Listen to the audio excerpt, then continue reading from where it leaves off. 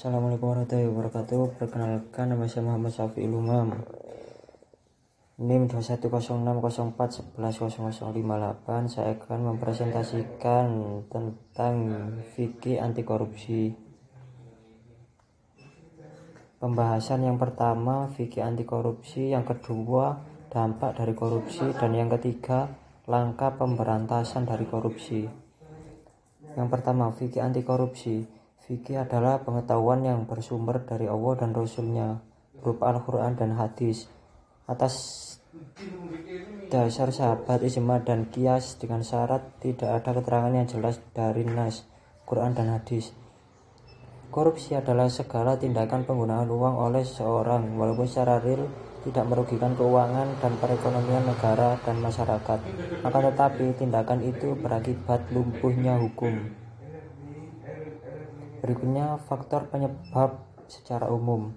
Yang pertama, faktor internal adalah faktor ada dalam diri seorang pemegang amanah yang mendorong melakukan penyalahgunaan kekuasaan demi keuntungan pribadi atau kelompok tertentu. Misalnya sifat rakus atau serakah dan iri.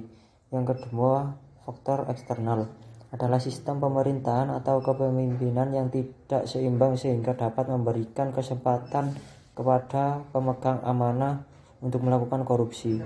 Misalnya lemahnya pengawasan, lemahnya hukum, tidak adanya tanggung gugat, akuntabilitas, penegak hukum yang mudah disuap, sanksi hukum yang lebih ringan dibanding dengan hasil korupsi, tidak ada teladan kejujuran dari para pemimpin, dan lain-lain. Dampak negatif dari korupsi.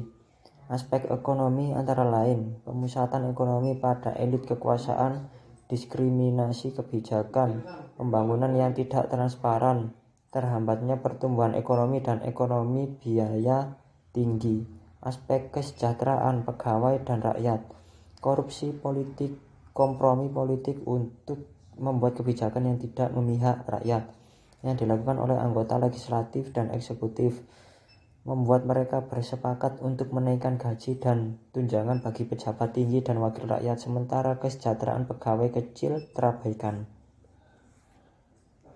Langkah pemberantasan dari korupsi. Yang pertama, melalui jalur pendidikan, melalui jalur keagamaan, melalui pendekatan sosiokultural.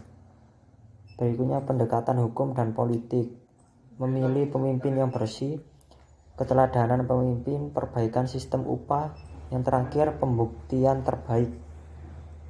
Sekian presentasi dari saya. Bila ada salah kata mohon maaf. Wassalamualaikum warahmatullahi wabarakatuh.